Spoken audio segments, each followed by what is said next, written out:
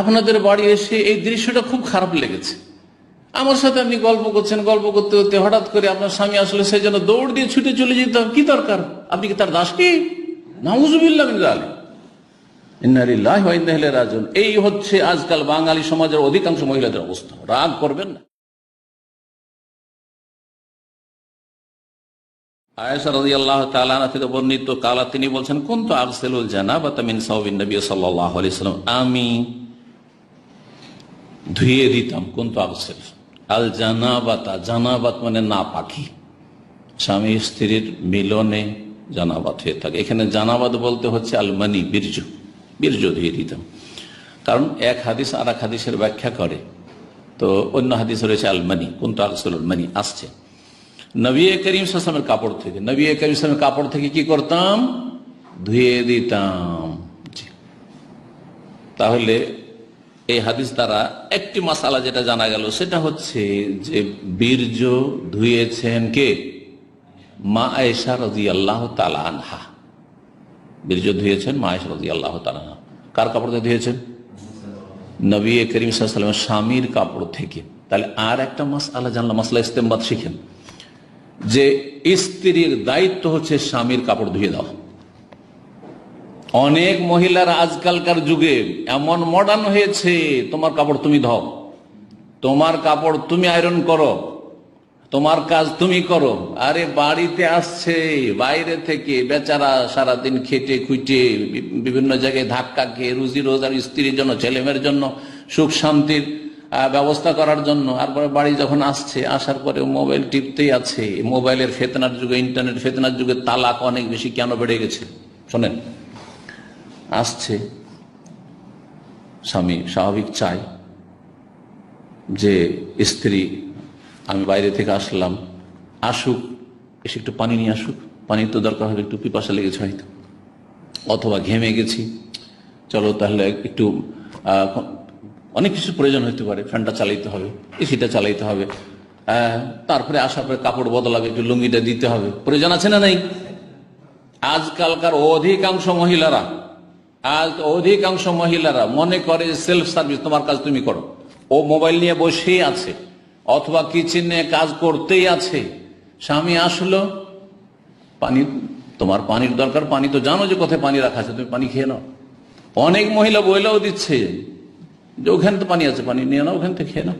হাউজুবিল্লাহ, হাউজুবিল্লাহ। কি করে সুখ শান্তি হবে দাম্পত্য জীবনে? স্বামীও যেমন সুখ পাবে না, তো ও সুখ দিতেও পারবে না, স্ত্রীকেও সুখ দিবে না। তো যদি এক গ্লাস পানিও দিচ্ছেন না, আপনি আপ্যায়ন করছেন না স্বামীকে, আপনি স্বামীকে লুঙ্গিটা এগিয়ে দিতে পারছেন না, কাপড় বদলার বেচারা ঘেমে এসছে, তার একটু আপনি সেবা করতে পারছেন না, আপনি কিচেন ছেড়ে আসতে পারছেন না, মোবাইল ছেড়ে আসতে পারছেন না, মোবাইল টিপতেই আছেন, বাচ্চাদেরকে নিয়ে ব্যস্ত আছেন, বাচ্চাদের পরে দেখবে আমার স্বামী এসছে, যাই, এটা হওয়া উচিত ছিল।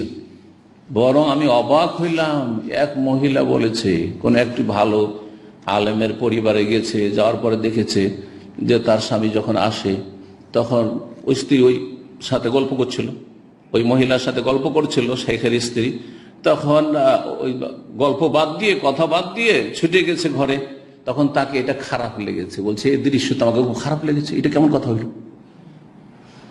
গল্প করছে, গল্প করবে, ও আসলো, মানে স্বামীর সাথে যেটা করে সেটাই চাই সে শাইখের বাড়িতে। কথা বুঝতে পারছেন না? অবাক হয়ে গেলাম শুনে যে কি চিন্তা চেতনা। আমাকে আপনাদের বাড়ি এসে এই দৃশ্যটা খুব খারাপ লেগেছে। আমার সাথে আপনি গল্প করছেন, গল্প করতে করতে হঠাৎ করে আপনার স্বামী আসলে সেই জন্য দৌড় দিয়ে ছুটে চলে যেতাম, কি দরকার? আপনি কি তার দাস? কি নাউজুবিল্লাহ মিন যালিক, ইন্না লিল্লাহি ওয়া ইন্না ইলাইহি রাজিউন। এই হচ্ছে আজকাল বাঙালি সমাজের অধিকাংশ মহিলাদের অবস্থা। রাগ করবেন না মহিলারা, আমার আলোচনা শুনবে, রাগ করবেন না। আপনার ওপর হক রয়েছে, যেখানে কাপড়ের বীর্য নোংরা লাগবে নাড়াচাড়া করতে, সেইটা ধোয়ার কথা আছে। তাহলে আপনাকে খাবার দিতে হবে, পানি দিতে হবে, স্বামীর যেসব প্রয়োজন, স্বামী যখন বাড়িতে আসবে তাকে সময় দিতে হবে, তার সামনে থাকার চেষ্টা করতে হবে, তাকে সন্তুষ্ট রাখার চেষ্টা করতে হবে। তারপরে তখন দেখছেন যে হ্যাঁ, এখন আলহামদুলিল্লাহ স্বামীর আর ওইরকম কোনো কাজ নেই, বাচ্চাদের দেখাশোনা করেন, আপনি তাকশাকের কাজ করছিলেন করেন, অন্য অন্য সংসারের কাজ রয়েছে করেন, কোনো অসুবিধা নেই। অনেক মহিলারা আজকাল ফতুয়াবাজি করছে যে আমার দায়িত্ব না, স্বামীর কাপড় ধোয়া আমার দায়িত্ব না। না, আপনার দায়িত্ব। এই হাদিস প্রমাণ করে যে স্বামীর কাপড় ধুয়ে দেওয়া স্ত্রীর দায়িত্ব, স্বামীর পাক শাক করা স্ত্রীর দায়িত্ব। আর এক ফতুয়া দেখলাম এক মহিলা পাঠিয়েছে, তা হচ্ছে যে স্বামীর বাপ মা দেখাশোনা ফরজ না। উর্দু ভাষায় সেই আর্টিকেলটা পাঠিয়েছে। আমি অবাক হয়ে গেলাম,